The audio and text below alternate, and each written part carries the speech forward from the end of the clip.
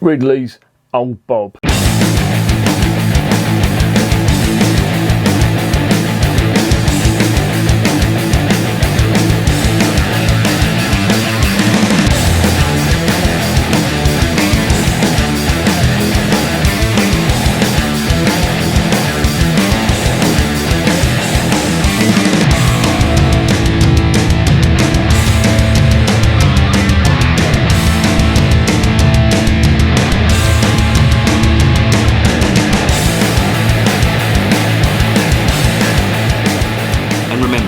Life is too short to be drinking shitty beer.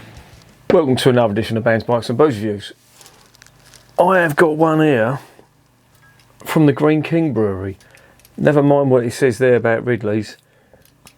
This is all about Greene, and it's been labelled as a strong premium ale, but from all the research I've been doing, it's coming across as an ESB, or extra special bitter, if you like.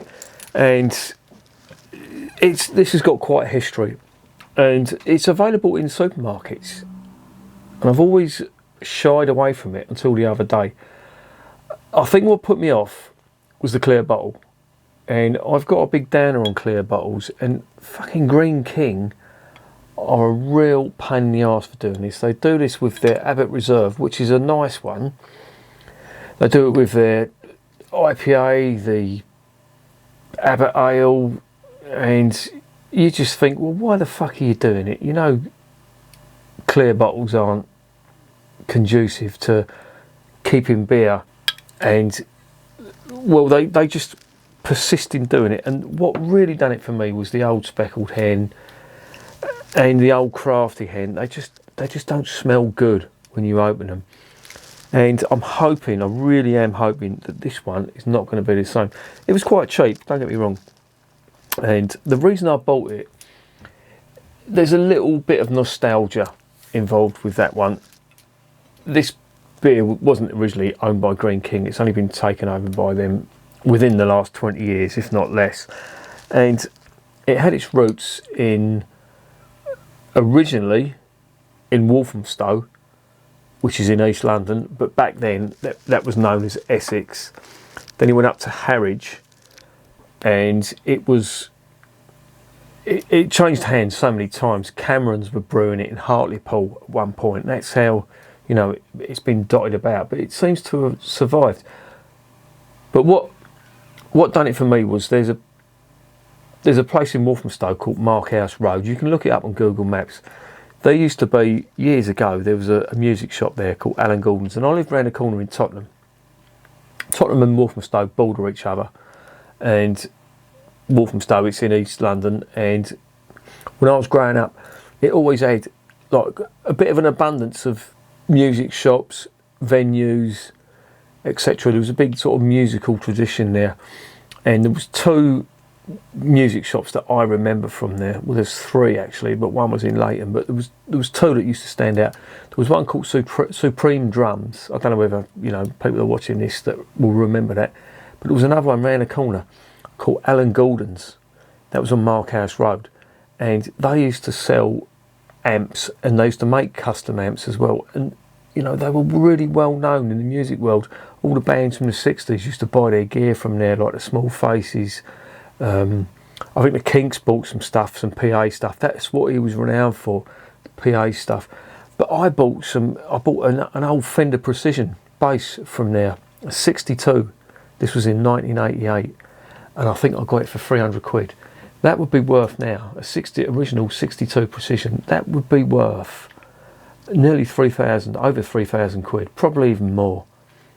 And you know, back then you could pick stuff up like that. It wasn't that well renowned, and I am absolutely kicking myself now for having sold that. It was it had a white body, nice tortoiseshell scratch plate.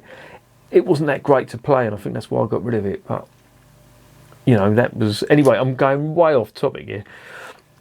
The reason I brought that up, Markhouse Road, at the top of the road there was a big pub, and it was called the Old Brewery, and people had told me there was a brewery there, and I'd never noticed it. As far as I can remember, it was never brewing beer. while I was a teenager growing up in Tottenham and all that, it wasn't. But people used to say to me, oh, the beer that used to come out of there was great. And one of the beers was called Tolly Cobbled. I don't know whether you remember that, but that's the beer that was, or that's the brewery, sorry, that was brewing all these beers. But this is the only one to have survived out of there. And as I said, it went from brewery to brewery. It ended up in Ipswich. Then it went to Cameron's in Hartlepool. The ones who brew the Motorhead beer. But now Greene King are brewing it, and I haven't tasted it. I don't know what it's like, but I just wanted to, review it because I like reviewing British beer. I like, I want to redress that balance and get these beers back into the sort of people's sort of mindset. But I also wanted to taste it because it actually looks quite interesting. It's 5.1%. It's an ESB style beer, and it's won a couple of awards as well. So, that's, I've got to put my prejudice about Greene King because I've got a lot of problems with them. But that's for another video. But I just wanted to check this out. So, that's what we're going to do.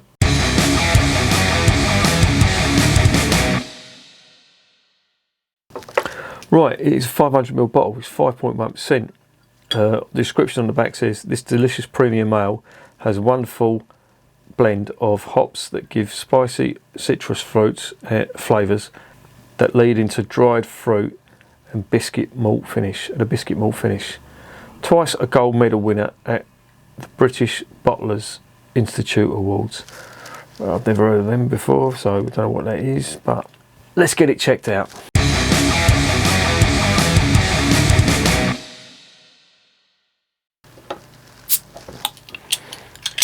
Right, here's the cap. It is a Greene King cap, just so as you know, they're the brewers. No one else is brewing that. It'll go in there in the collection. I'm not gonna sniff out of the bottle. It's just all gonna go into the glass. Now, to be honest, I really haven't got high hopes for this. These are the same people that brew Old Speckled Hen, and I've tried to review Old Speckled Hen twice, and it has absolutely stunk when it's come out of the bottle. Not in a good way either, and I really did give it a low mark because I just didn't like it. So I'm hoping that this is going to be a bit nicer. It certainly does look quite nice. We're getting on to those. Not a lot. This is a sweet sort of caramel-esque, but it's almost artificial. Let's just get it down the hatch.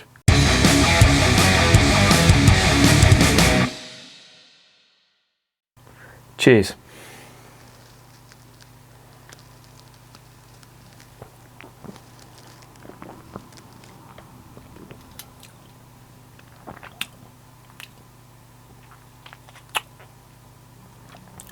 Wow, that is super fruity.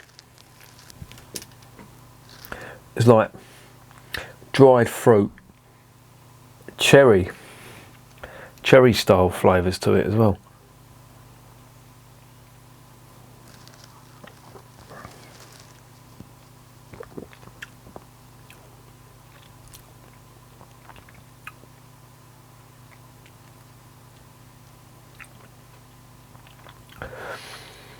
It's reminded me slightly of the Old Speckled Hen stuff, but it hasn't got the bitterness. It's got more, there's more sweetness on it than the Old Speckled Hen, which, to be honest, I really wasn't a fan of at all.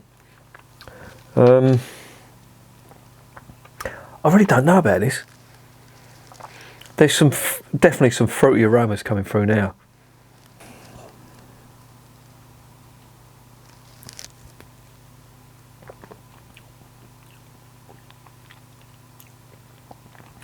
Quite sweet, and yeah, there's like a dark cherry flavour. It seems to be quite dominant. Where the fuck is that coming from? I don't know.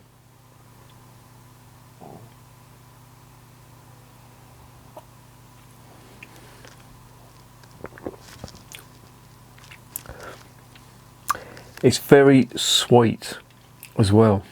Well, I'm not saying very sweet, but there is a sweetness to it. And I can't work out where it's coming from. Certainly not from the malt. I've never had that overtly dark cherry flavour before. Mouthfeel's not bad, I have to say. That is not bad at all.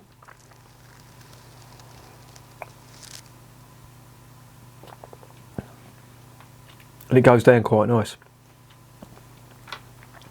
And there is a lot of fruit.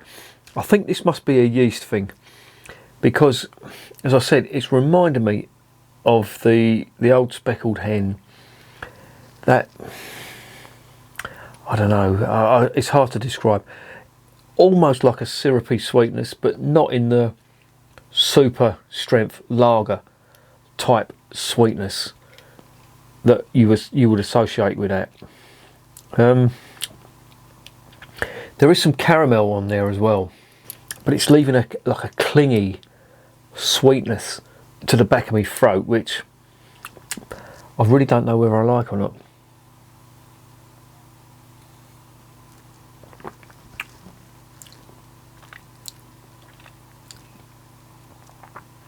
What I will say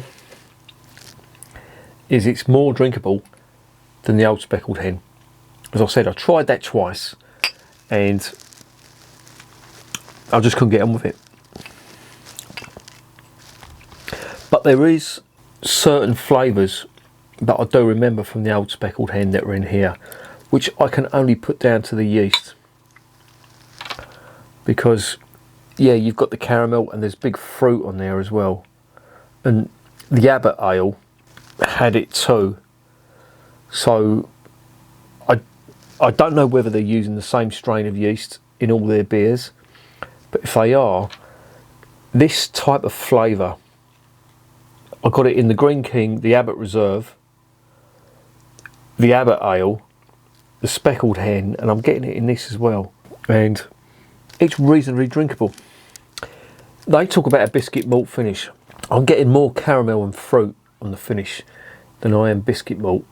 There is a lot of fruit in there, but you do find that with a lot of the Greene King stuff, they tend to pack them fruity flavours in there, like, you know, the raisins, the cherry, definitely. I'm not getting it so much now. I think taste buds have been swamped, but initially there was sort of cherry in there. It's almost like a fruit cake. You remember the brown fruit cake with the raisins and the cherries? Almost like Christmas cake. That's sort of what I'm getting. No spirit alcohol. They've sort of, you know, they've covered that up well. Which in the speckled hen, or was it the crafty hen? I can't remember. One of them two, there was big spirit alcohol in it. And the Abbott Ale Reserve, there was spirit alcohol in that too. It's not bad, I have to say. It is not the worst one I've tasted from Greene King, and to be honest, I'd have this over the speckled hen any day.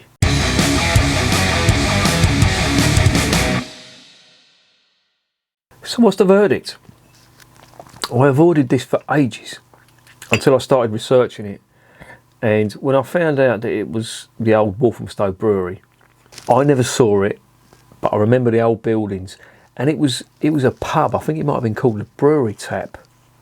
But you'd always get a late beer in there, but it was always trouble. I remember I was about 16 or 17, and me and my mate went in there. Geezer I used to go to school with, lived in Chingford, and we went in there, and we was only in there for about 10 minutes, and a fight broke out, and it was fucking violent. The bouncers were steaming in and everything. But back then, you know, East London was quite a violent place, and I do remember shortly after that pub got a bad reputation, but it was called the Brewery Tap. It was on the corner of Markhouse Road, and that's what sparked my interest in this, because I'd seen it on the shelves for ages in Morrison's, definitely, but in a few supermarkets. I just avoided it, but it isn't bad. I've tasted a lot worse. I rate this better than the old speckled hen, and I know old speckled hen's more available, but this is not too bad. There's some yeasty nonsense going on with all the Greene King stuff, but it's not bad. I'm going to give it a 6 out of 10, and would I recommend it? It's not the worst beer you'll ever try. I did try, as I say, the Abbott Reserve. I liked that. That was good. The Abbott Ale, didn't really like that at all. The Old Speckled Hen, tried it twice. Heard so many good things about it. It just didn't taste good out of the bottle. The Crafty Hen was more or less the same. It reminded me a lot of this stuff, the Crafty Hen. I've done a review of that on the channel. And yeah, the Greene King stuff seems to be very similar. As I said, I'm going to give it a 6 out of 10. I'd recommend it if you want to just try it once and you're a big fan of like ruby ales, your strong ales, your ESBs, that type of thing. There's a fair bit of flavour in it, you know, and if you like your fruity dark beers, then it's not too bad. Yeah, it's 6 out of 10. I think that's a fair mark for it. And remember, beer is working class champagne.